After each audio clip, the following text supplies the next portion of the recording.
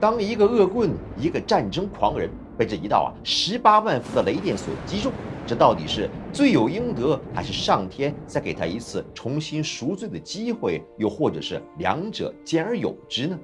带着这些疑问，不妨让我们走进丹尼·白克雷传奇的一生，以及他人生中3次濒死体验，看看在濒临死亡之际，他得到了哪些启示，又看到了哪些未来的景象呢？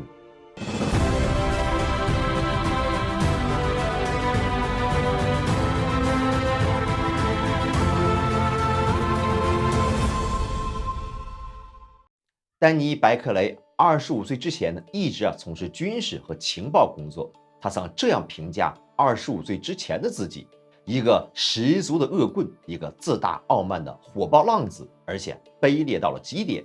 由于长期从事军事情报工作，这丹尼受到过严格的特殊训练。对他来说，组装一把来福手枪如同家常便饭，甚至可以用一只手呢就可以修理好自己心爱的雪佛兰轿车。对于战争和杀戮早已习以为常，他并没有任何的负罪感或者是良心的谴责。他曾向中美洲国家运送强制性的武器，而造成了许多无辜平民的被杀害。在他看来以国家的名义杀戮那都是正义的。直到被雷劈中之后呢，自己才幡然醒悟，原来自己曾经坚信不疑的做法，或许从来都不是神所认可的。在第一次濒死中神在他的眼前回放了自己人生中的所有片段。他猛然意识到自己所干的错事积累的罪恶犹如一头沉重的大象。或许正因为自己罪恶之大，以至于神只能用最严厉的方式为他清除满身的罪恶，因此才有了后来多次的濒死经历。故事呢，还要从1975年9月17日说起。当时这一道闪电从天而降，刚好劈中了丹尼。可以想象一个人被18万伏的雷电击中会是什么样的场景。他的身体从里到外燃烧起来，用丹尼的话说，那真的是一股酷刑般的折磨。电流从脚底下打穿时连鞋子上的钉子都会冒烟。救护车尚未抵达医院时医生就已经宣布了丹尼的死亡。事实上，丹尼的灵魂一直是围绕在周围，只是谁也听不到他的声音。他能看到亲友身上散发出的光彩，犹如万花筒一般。他环视周围，似乎每样东西都闪耀着光彩，富有生命。突然，一个漩涡般的蓝灰色隧道出现在眼前，瞬间自己就被卷了进去。于是便开启了第一次的濒死体验。在高级生命的带领之下，丹尼的灵魂穿越灵界来到了水晶城。在圣殿，他看到了13位高级生命向他展示了13个知识盒，从中丹尼看到了地球的未来，包括中东战争、战火摧毁现代化的都市等一系列的大事。根据天堂教给我的7堂课中所描述的，第一次濒死体验中丹尼从天堂带回来了117个预言。后来呢，中央情报局和海军情报局将丹尼的预言输入电脑当中，结果呢，准确率高达86.7%。那些预言呢，一直延续到丹尼死而复生的4年之后，也都是一一的成为了现实。其中涉及到20世纪后期人类社会所发生的重大事件，比如说苏联解体、第一次和第二次的波斯湾战争。他还看到了未来人类使用的纳米晶片以及光子疗法科技。对于那些尚未发生的预言，要么就是全球性的天灾，要么就是战争的画面是触目惊心。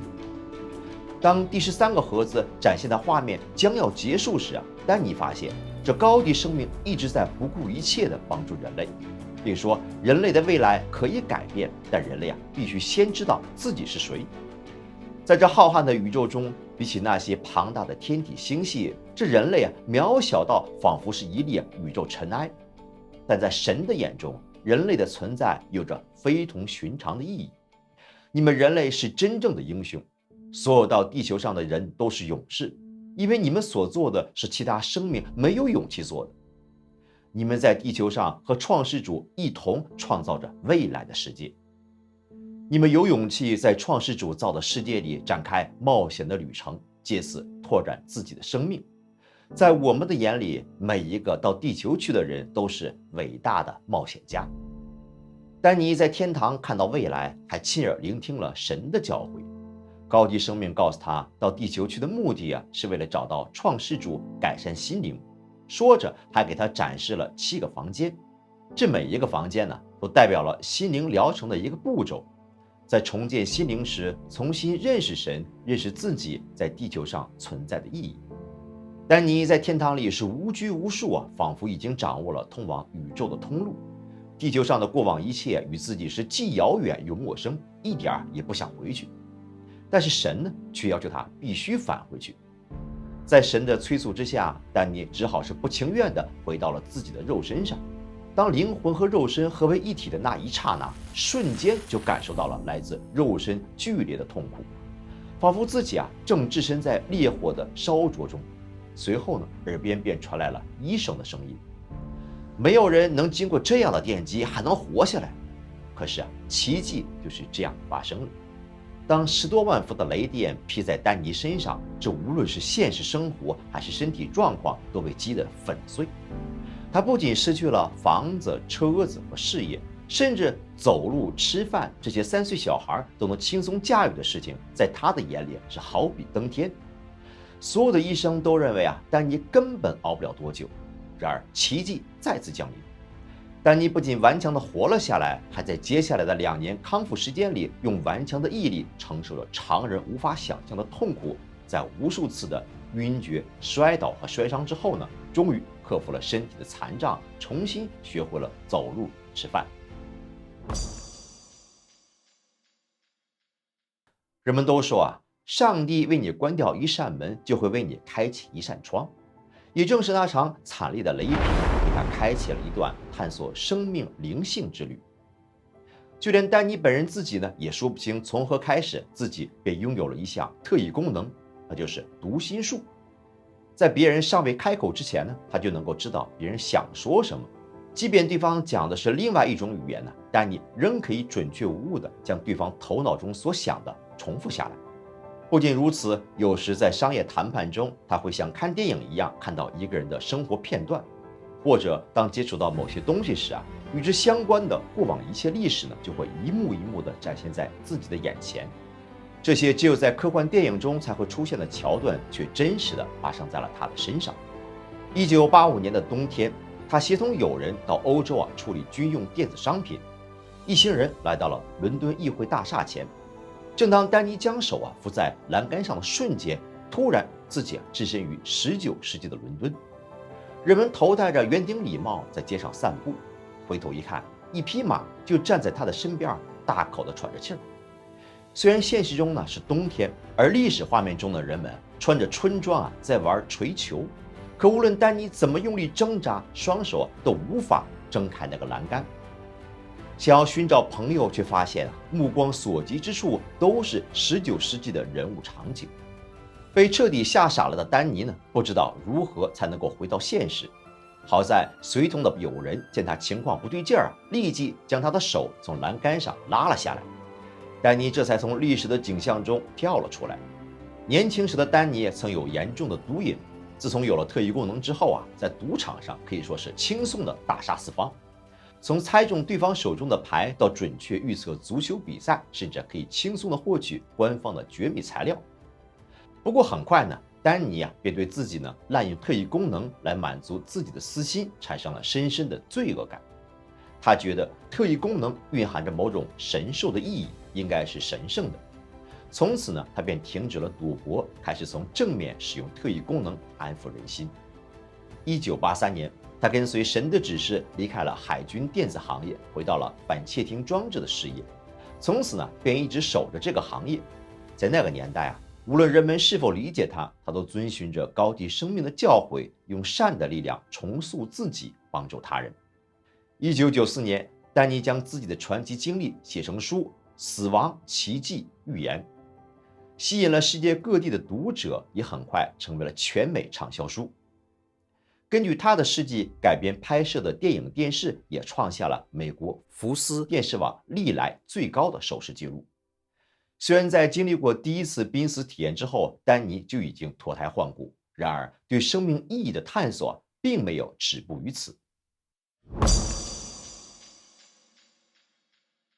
1997年，在35000英尺高的加压机舱内丹尼的3根血管突然爆裂，因此不得不接受紧急的脑外科手术。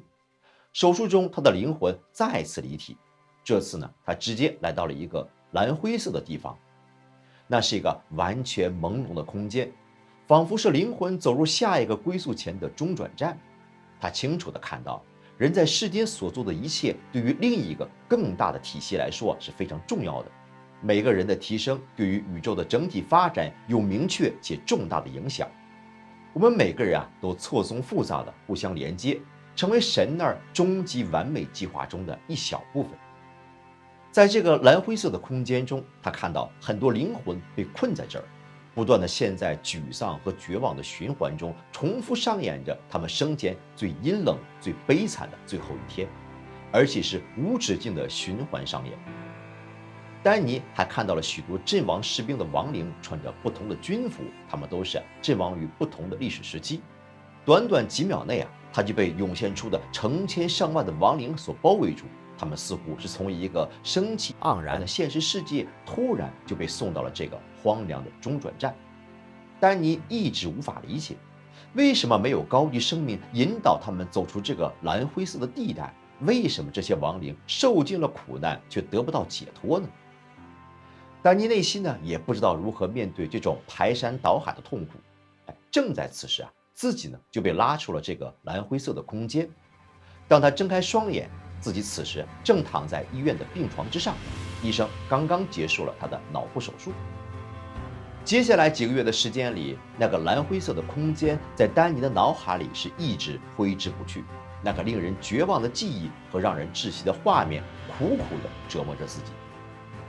他无法理解那些灵魂为什么只能在潮湿的黑雾中漫无目的的游荡，被痛苦所折磨着。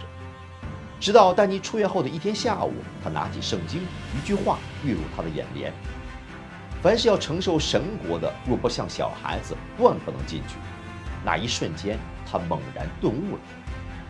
要想从绝望的痛苦中和无休止的轮回中解脱，进入神的国度，这生命要拥有一颗纯净的心灵，如孩子般真诚至善。那些被困在蓝灰色空间的幽灵，他们选择的却是嫉妒、仇恨、自我放逐以及对生命美好信息的抛弃。只有回归到纯真的神性，找回善良的自己才能够赶走笼罩在他们身上的黑暗迷雾。这个昔日的战争狂人，经过了3次濒死经历，使他以更灵性、更善良的角度来看待生命。他终于从作茧自缚的命运中脱颖而出，从一名恶棍成为了一名临终关怀志愿者，安抚孤独的老人和退伍军人，让人们在临终前获得心灵的安宁和慰藉。